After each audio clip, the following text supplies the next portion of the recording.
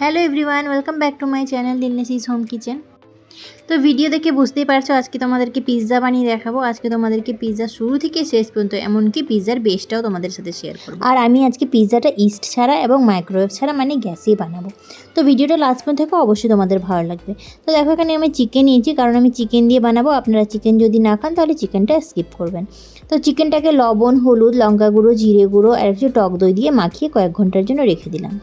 এবার একটা বাটি নিয়ে নিচ্ছি, এর মধ্যে 1 কাপের মতো ময়দা, হাফ কাপের মতো টক দই, হাফ চামচের মতো লবণ, 1 চামচের মতো চিনি, 1 চামচের মতো বেকিং পাউডার দিয়ে এটা আর 2 চামচের মতো তেল দিয়ে এটাকে সফট ডো বানিয়ে আমি রেখে দেবো।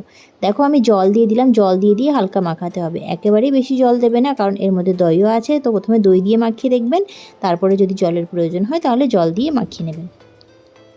পিৎজা নাম শুনলে আমাদের মনে হয় যে বানাতে কত টাফ হবে, কিন্তু খুবই ইজি প্রসেসটা। ভিডিওটা লাস্ট পর্যন্ত দেখো, আপনাদের অবশ্যই ভালো লাগবে। তো দেখো ময়দাটা আমার রেডি হয়ে গেছে, এটাতে একটু তেল মাখিয়ে নেব আর ঢেকে আমি 2-3 ঘন্টার জন্য সাইডে রেখে দেবো। তো দেখো এদিকে আমি একটাতে মাংসটা ম্যারিনেট করে রেখেছি, এদিকে হচ্ছে ময়দাটা ম্যারিনেট করে রেখেছি। তো দেখো 2 ঘন্টা পর আমি চলে এসেছি। এভাবে ম্যারিনেট করা চিকেনটা আমি নিয়ে নেব, এটা একটা ফ্রাই করে নেব। আমি একটা লোহার কড়াই নিয়েছি, আপনারা চাইলে ননস্টিকও নিতে পারেন। আর এটাকে ডিপ ফ্রাই করতে হবে না, একদম শ্যালো ফ্রাই করতে হবে। যেরকম আমরা কাবাব বানাই তো ওটাকে ডিপ ফ্রাই করি না, সেরকমই ফ্রাই করতে হবে। তো একটু তেল দিয়ে দিয়েছি, এটাকে হালকা করে ভাজবো, মানে একটু লো ফ্লেম করে ভাজতে হবে যেন সেদ্ধ হয়ে যায় মাংসটা। তো এভাবে মাংসটা ভাজা হতে থাক, ততক্ষণে আমি কিছুটা সবজি কেটে নেব। তো দেখো পেঁয়াজ নিয়ে নিচ্ছি, মানে পিৎজার উপরে যে টপিংগুলো দেবো সেগুলোর জন্য পেঁয়াজটা কেটে নেব। তো দেখো পেঁয়াজটাকে এভাবে আমি চৌকো চৌকো শেপ করে কেটেছি, স্কোয়ার। আপনারা যদি লম্বা পেঁয়াজ শেপটা পছন্দ করেন তাহলে লম্বা করেও কাটতে পারেন, কোনো অসুবিধা নেই। এদিকে একটা ক্যাপসিকামও কেটে নেব, এটাকে আমি লম্বা লম্বা করে কাটবো, এটাকে আর চৌকো করে কাটবো না, মানে পাতলা পাতলা করে লম্বা লম্বা করে কেটে নেব। আপনারা চাইলে টমেটোও অ্যাড করতে পারেন, আমি টমেটোটা আজকে অ্যাড করব না। তো দেখো সবজিগুলো কেটে নিয়েছি, আমি এর মধ্যে কর্নও অ্যাড করব। কর্নটাকে আমি সেদ্ধ করে অলরেডি রেখে দিয়েছি, লবণ দিয়ে জলের মধ্যে সেদ্ধ করে নিয়েছি ভালোভাবে। তো দেখো এদিকে সবজি কাটতে কাটতে আমার মাংসটাও ফ্রাই করা হয়ে গেছে। আর দেখো একটা প্লেট নিয়ে নিয়েছি, আপনি যে প্লেটে ব্যবহার করবেন সেই শেপে এই ইকোবেক পেপারটা, মানে যে কেক বানায় যে বেসটা, সেই পেপারটা কেটে নেব। এদিকে দেখো ময়দাটা অনেকটা ফ্লাফি হয়ে গেছে, ফুলে গেছে। এবারে ময়দাটাকে হাত দিয়ে ভালো করে মাখিয়ে নিতে হবে। ময়দাটা যত ভালো করে মাখাবেন তত পিৎজার বেসটা ভালো হবে। তো দেখো এভাবে কিছুক্ষণ সময় ধরে ময়দাটাকে এভাবে পুরো মাখিয়ে নিতে হবে, লম্বা লম্বা করে একটু সময় ধরেই মাখাতে হবে, তাহলে পিৎজার বেসটা সফট হবে আর খেতে ভালো লাগবে। তো দেখো এবার ময়দাটা আমি ভালোভাবে মাখিয়ে নিয়েছি, এবার এটাকে বেসটা রেডি করে নেব। তো দেখো ওপরে একটু ময়দা ছড়িয়ে দিলাম, এবারে এটাকে বেলে নেব ভালোভাবে। আপনারা বেলতেও পারেন, নাহলে হাত দিয়ে চেপে চেপেও করতে পারেন। তো আমি প্রথমে একটু বেলবো, তারপরে হাত দিয়ে চেপে চেপে এটাকে পুরো স্প্রেড করে নেব। কারণ পিৎজার বেসটা খুব মোটাও হয় না, খুব পাতলাও হয় না। যদি বেশি মোটা হয় তাহলে ভেতরে কাঁচা থেকে যাবে, আর যদি বেশি পাতলা হয় তাহলে সফট হবে না, মানে একটু কড়া কড়া ভাবটা চলে আসবে। তো দেখো এভাবে হাত দিয়ে আমি স্প্রেড করে নেব ময়দাটাকে। তো দেখো থিকনেসটা এরকম থাকবে, খুব বেশি পাতলাও থাকবে না, খুব বেশি মোটাও থাকবে না। তো দেখো রেডি হয়ে গেছে আমার। এভাবে যে পেপারটা আমি কেটে রেখেছিলাম এটার মধ্যে ট্রান্সফার করে দেবো সেই পিৎজার বেসটাকে, আর একটু স্প্রেড করে নেব ভালোভাবে।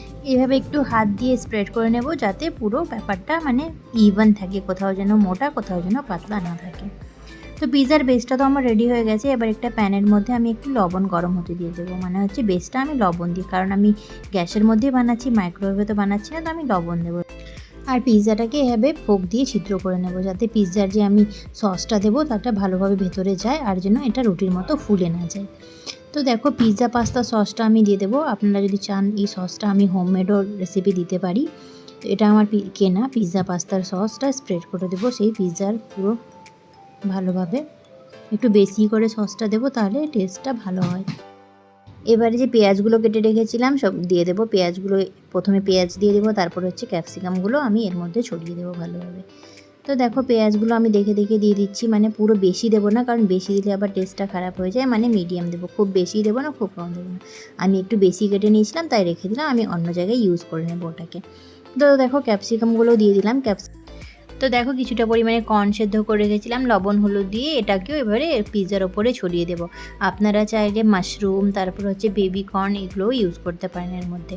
আর দেখো চিকেন দিয়ে দিলাম। আপনারা যদি ভেজ পিৎজা বানান তাহলে এর জায়গায় পনির এগুলোও দিতে পারেন। তো আমি চিকেন দিয়ে বানাচ্ছি যেহেতু, তাহলে আমি চিকেনটাও এর উপরে স্প্রেড করে দেবো ভালোভাবে। আর হচ্ছে চিকেন তো দেওয়া আমার হয়ে গেছে, এবারে এর উপরে মেন ইনগ্রিডিয়েন্টস পিৎজার, যেটা হচ্ছে চিজ।